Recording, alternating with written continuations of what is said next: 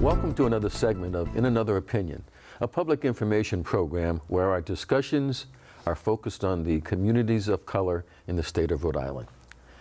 I'm your host, Peter Wells. My guest today is Dr. Rudolph A. Moseley Jr., Executive Director of Times2 Academy here in Providence. Great. Welcome to the show, Doctor. Thank you so much for having me on. Well, it's my pleasure. I'd like to get right into our program and ask you a couple of questions. Okay. And really want to get an idea. I know that Times2 Academy has a program called S.T.E.M. What is S.T.E.M? So STEM actually is an acronym for Science, Technology, Engineering, and Math. And Times Squared is an acronym as well that stands for to improve math, English, and math, engineering, and science studies successfully. So that's what Times2 actually stands for. Absolutely. Very good. And where do you draw your students from? So all of our students come from Providence. Yep. So it's a charter school. It's a lottery. It is a charter school.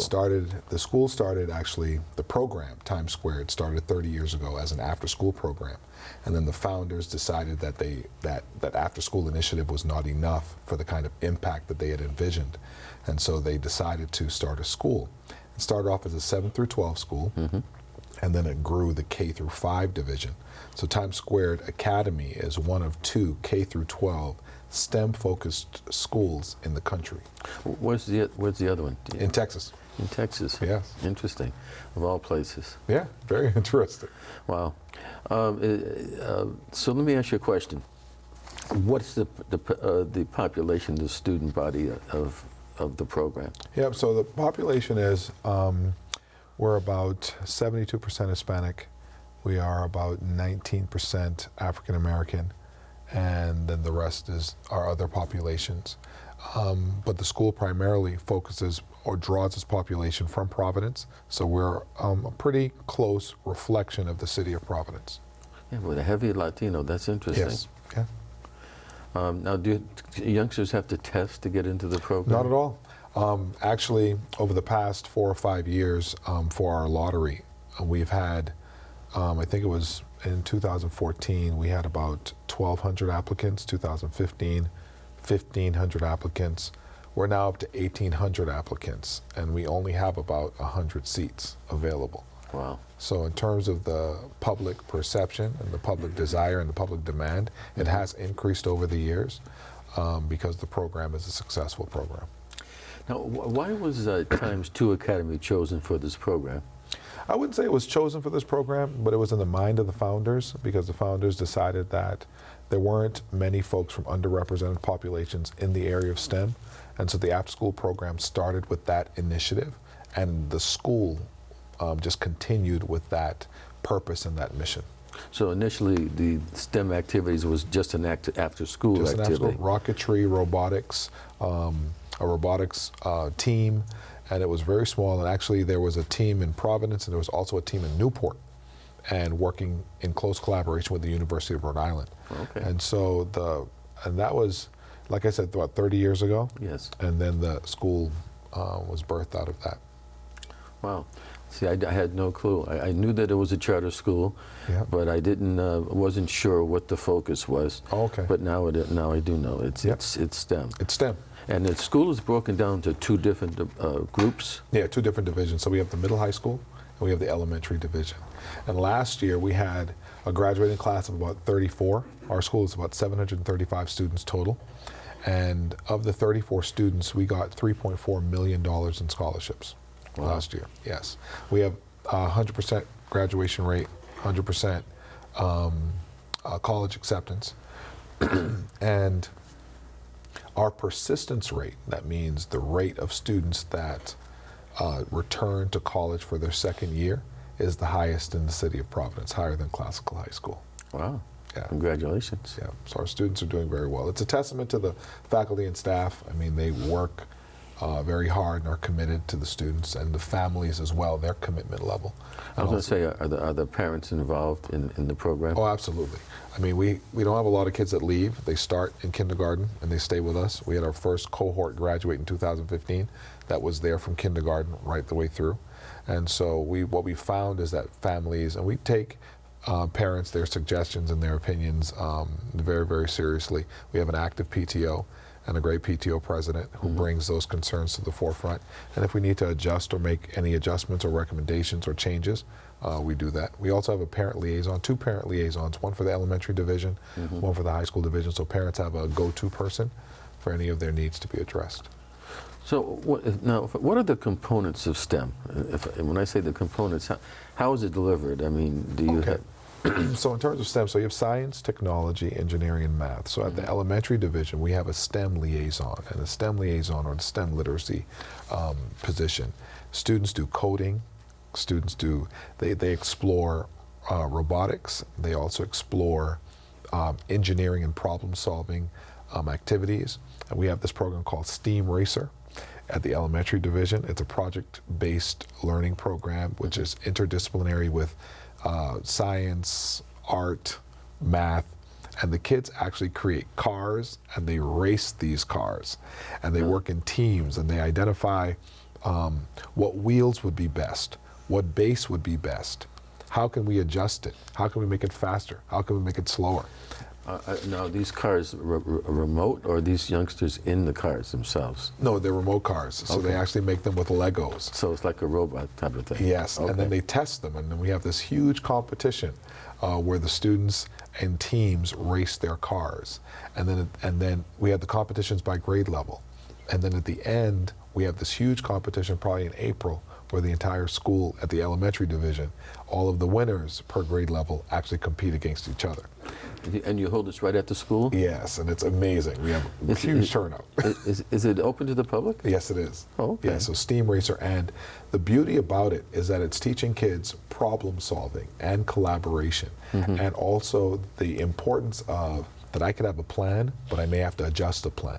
I may have to change the plan. So the life skills that are being taught through this particular initiative are incredible. And the excitement on the teacher's part, the student's part, when they see that their idea, their creation can actually do something, and they're also accepting of that their ideas can be challenged by their peers, that's an amazing quality that this particular project pulls out for the students. And then at the high school level, we just had our science fair. So our students in middle school and high school participate in the science fair where they have to identify a problem, come up with a solution, test that solution, and then stand and deliver what their findings have been. They have to share their hypothesis, they have to share their study, they have to share the procedure, and they have to share their conclusion. And we've had 10 students actually qualify for our state competition, and they'll be representing our school at the state level. Wow, that's fantastic. I can remember when I was in school, we used to have science fairs, but I think they've kind of fallen by the wayside over the years. Yeah, science fair is extremely important so that students have an opportunity to share what they know. One of the hardest things for people to do is to make their thinking public for fear of what the general audience is going to say about it. But what science fair does is it gives a student an opportunity to share their thinking and to validate some of the ideas that they may have about the world. We now have the new standards that have just been released, the next generation science standards. And basically, it's broken into 2 divisions, science and engineering. Science is where you explain about the phenomenon that happened in the world. Engineering is where you identify a problem and try to come up with a solution to solve that problem. And in the scientific community, in order for a theory to be accepted, all in the group have to accept that theory makes sense. And in the engineering community, we come up with a problem or a solution to that problem, and we all have to be willing to have that solution challenged as well. And then we decide that that's the best solution to that problem. So with science and engineering, and with a school with that focus, we're actually preparing kids to become problem solvers, world changers, inventors. Last year we had a couple of students come up with face recognition software that's leading towards a patent. We have a number of students that have graduated from our school that have had patents. These are high school children? High school children at Times2 STEM Academy. I mean, it's a really, really great place, and a lot of folks need to come by and see what's happening at the school. Well, I think you're right. You mentioned off camera that University of Rhode Island, School of Engineering, I guess, has some input with you or works with you? We have a strong collaboration with the University of Rhode Island, the College of Engineering. Chuck Watson, who is one of the members of the College of Engineering. He has been the liaison or the go-between between the school and the university. Dr. Chris Hunter, he's one of the engineering professors there. He's worked with our students on water quality. So he has a water quality program where they actually go to the water treatment center in Rhode Island to identify how water becomes drinkable, treatable, the process. We also have students that have gone to the College of Engineering, toured that campus, so that students can understand that they have a right at the table and they belong in these rooms and these conversations, and their opinions matter and they have something to contribute. We just recently took third grade students to a diversity workshop at Roger Williams University, and students were actually sitting at the table with other university professors, students, giving their ideas of how education can be changed to engage them, because they're the class of 2030. Right. And so they were invited to the table for their opinions to be heard, and their opinions were taken into consideration, and that was an amazing experience for them. I'd like to see that document. Is there a written document from that or a report from that? Absolutely, I can get it for you. I appreciate it. I'm going to look at that. Yes. Because one of the concerns that I have, even though I don't have any youngsters in the school system anymore, is the legacy that we're leaving for kids, and what is education going to look like 10 years from now, 20 years from now, and are we doing the right things to get there? Absolutely. I mean, one of the big things that has to change in education is actually creating environments for kids to think. It's not just giving kids information to memorize. It's a matter of giving kids problems that they have to solve, because we're going into an age where you're paid for your ideas, not really for just filling in a space and just taking up space. Your ideas are more valuable than money, and where students get the courage and the what's the word I'm looking for? Confidence to share their thinking publicly and to create an environment where their thinking is validated and celebrated. That's what education needs to look like. Well, it's true. You know, thinking is really important. I can tell you, I tell you a quick story. When I was in college, I took a class in philosophy, and we had our mid-year exam. It was a one-question exam. What have you learned during the semester? And I don't know if you remember those little black and white composition books, but the students were just writing. I sat there for a half hour, and I ended up writing. I learned how to think, and I got a B+ for that exam. With a one-question answer. You know, and it occurred to me that thinking was definitely part of what learning was about, not just memorizing by rote. And that's kind of what school used to be. Absolutely. And that's the shift that must happen. If we're going to be able to compete with other countries, we have to develop these experiences or these opportunities for kids to think, and then for them to make their thinking public, and then also create the opportunity to create what they're thinking about, and then test that idea, and then work in groups to come up with the best solution. No longer is it a place where it's just I'm the only person with the ideas. No, collectively, we can solve any problem. And that's the message that we're trying to convey to our students. We're better together than we are alone. And to have students understand that when they do give, and they do have a responsibility to the group to bring their best thinking forward. It's not a matter of I just ride on the coattails of somebody else. And so as a teacher, it's a responsibility to create an environment where everyone has to stand on their own, but also understand that by standing on my own with my own contribution, together we can come up with something that is really outstanding and really awesome. And that's what education has to change to. Let me ask you a question in terms of the average child today, I think I read somewhere, spends 5 hours a day on technology and looking at a screen of some sort, either a cell phone or an iPad or a computer screen of some sort. Are the youngsters at Times2 in this program, do they have that same amount of time, or do you focus more on actually doing?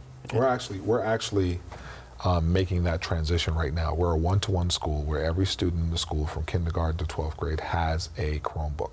Okay. Now, the question then becomes, for what purpose?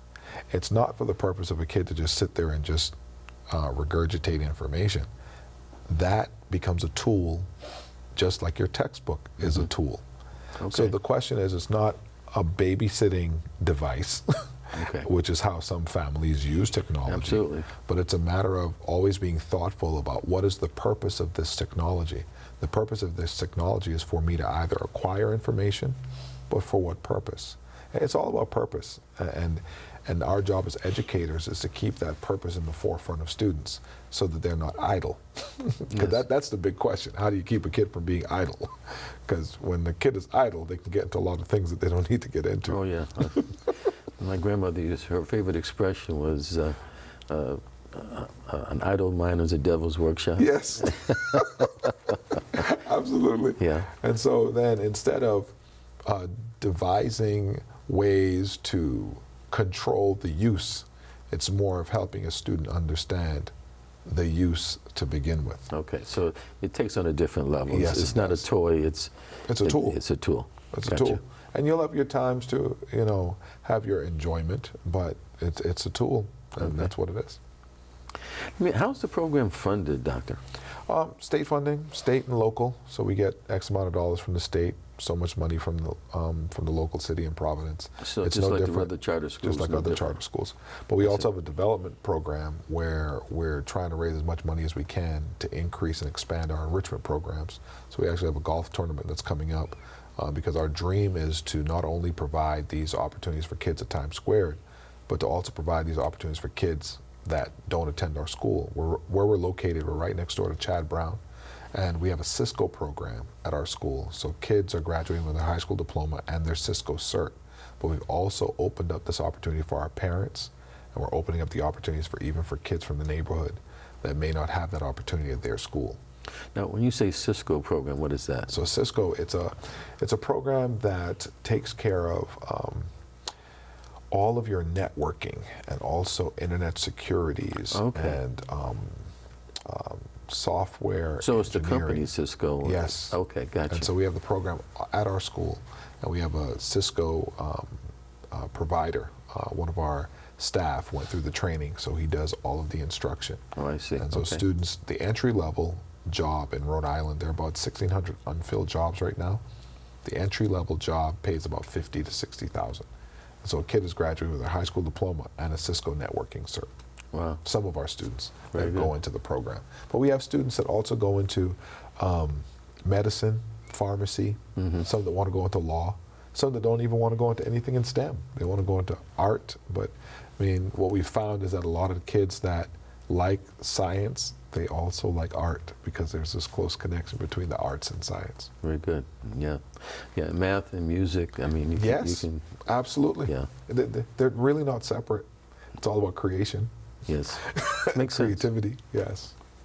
So, are there results out there that you can compare children coming at Times2 compared to, let's say, public school students or? Yep, absolutely. So the U.S. News and World Report ranked Times Square the 5th best high school in the state of Rhode Island. Very good. And so, and that's based on the number of advanced placement courses that we offer, the rigorous coursework that we offer, and also how students do when they leave school. And so we keep close ties with our students to identify, once they get to school, how are they performing, how are they progressing. We've increased the number of, it's called a dual enrollment program. So we've increased the number of college courses that kids currently have access to. So we have students taking classes right now, high school students at Rick, URI, Roger Williams, and we have our bus and we transport them to class and transport them back to campus. Oh, very good. Because the vision is that they would graduate, that our students would ultimately graduate up to 2 years of college credit before leaving high school. That's the ultimate vision in terms of how we're transitioning, so that students can compete. So how are you meeting that? We're doing pretty good. We are. So we've increased the number of dual enrollment courses. So we have about, I don't know, the number escapes me, but it's about twice as many students are taking college courses now than have been in the previous year. And of the graduating class, I would say about 90% have taken a college course prior to graduating, which the research says is that if a student takes just one college class while they're in high school, their college readiness or their college persistence goes up by 80%. And so for us, we feel really good that when a student leaves our doors, they are prepared to do well in college. And that's the ultimate vision, that's the ultimate goal, that they can get there, survive, compete, thrive. They're not floundering. They're not asking the question, well, do I belong here? No, you do belong here because you've taken a class there when you were a senior or a junior. One of the questions that I've had different people on from the school departments in different schools. What's the makeup of the faculty? The faculty is a mixed faculty. All of our teachers they are members of the Providence Teachers Union. But the teachers at Times2 have chosen to be there.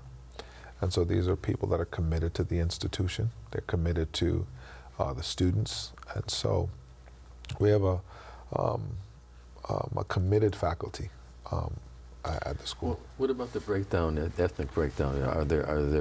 Is there a representation of different ethnic groups? Yes, yeah. So we have some teachers that are that reflect folks from the underrepresented populations. We have teachers, and then we have teachers that are members of the majority. We do, and so it's a pretty diverse staff. We have folks that are Black, Latino, Jewish. How about Asian? Yes, Asian as well. One of our math teachers. So it's a pretty diverse group. It is. Okay, and who does the hiring? Do you do that as the executive director, or? Yes. So we're going back to those roots. Historically, Times2, the faculty and staff in the community hired the folks that came to the school, and so that's how we're going forward as we move on. Very good. And of course, 30 years the program's been going, but STEM hasn't been there 30 years. STEM has been there for how long, would you say? I would say that STEM has always been there, just had a different name. Okay. Because initially the school was called the Academy for Math and Engineering. That's okay. So I see what you're saying. So STEM has always been a part of the school's DNA. So have any students, any graduates come back to teach? Not to teach, but to speak. Okay. Yes, so we've had students, we started what's called the Alumni Speaker Series. And so we have students that are currently in the field or in college come back and speak to our students. One student in particular, he's I think he's a junior now at BU, and he's an astrophysics major. And he came, a Latino young man. Very good. And he came back to the school and he was sharing, and I asked the question, so when did you get excited about science? And he said it was in his 4th grade class with one of our teachers, Miss McLemore. So that she was doing a unit on science, and his love for space was birthed. And he kept that right through to the point where that's part of his life. He's an astrophysics major and he wants to go to Mars. Very good. And so we have students that are working for National Grid, students that are working for Gilbane, students that are working for, even one of the members of our board, she was a part of the Times2 enrichment program before it was a school. Okay. And then she became a board member. Her kids attend the school, and one of her sons graduated last year, and he's in college now. He's a computer science major. So the school has had an impact in our community, a major impact on a lot of lives in our community over the years. One of the things that is happening in some of the colleges is developing these mentor programs, especially for minority students. Yep. Are you doing anything with that? Absolutely. Okay. Absolutely. So we have a strong relationship with the College of Engineering, and we're building our relationship with Roger Williams University as well. And we also have a relationship with some industry partners also. And we are working on a program called Power Lunch. Power Lunch is where we have some industry professionals come to the school, and at the elementary level, they're just reading to students. They're just reading a book, and that youngster asks the question, so what do you do? And then they just share. But at the middle high school level, Power Lunch takes on a different look, where the professional is talking about, this is what I do, this is how I got there. This is how it impacts my family life. This is what my salary range is. This is the college that I went to, because kids are a little closer to making those steps. And so we have mentoring relationships right now where we have people that come in and meet with students, talk about their careers, and students have an opportunity to ask them questions from different fields. We have that happening right now. Do you see that STEM in the future being part of the regular curriculum of public schools as well? It has to be. It has to be. Because right now when we think about technology, and there's a whole technological frontier that is, if we aren't intentional, there will be a major divide in terms of coding, in terms of understanding computers. That has to become just as important as math and English. Yeah, well, the last presidential election told us that, I believe. Absolutely. And if we aren't intentional as educators to equip our students for the technological frontier, they will be left behind. And so at our school, I mean, we have students, they are introduced to coding in kindergarten, the elements of coding, so that by the time, and it's not to say that everyone's going to go into computer science or everyone's going to become a computer engineer, but you have some knowledge of it. You do. And so that you have some idea of how the logic behind computer science works, because it's in everything we do. It's in every industry. Yes. No matter what industry you think about, there are very few that don't involve some type of technology. Well, it sounds exciting, and I'm glad that we had the opportunity to chat and get you on the show and share some of this information with our listeners, because it is important, and, Yes. we know that technology is leading the world. Yep. United States has, fortunately, has been up front, but we don't know how that's going to last. Absolutely. Absolutely. Yeah. We have some work to do. We really do. Because there's something that's called the leaky STEM pipeline. You have a lot of kids that have a desire to go into STEM or some scientific related field, but they get to college and they don't have the prerequisite foundation to handle the rigors that particular major requires. So it speaks to us in K-12 to say, are we really preparing kids for what's expected? Yes. And especially when you talk about minority children, are we preparing them? And is our belief system in question? Because something that Times Squared, one of our core beliefs, is to dispel the myths about technology and also minority children being able to handle rigorous coursework.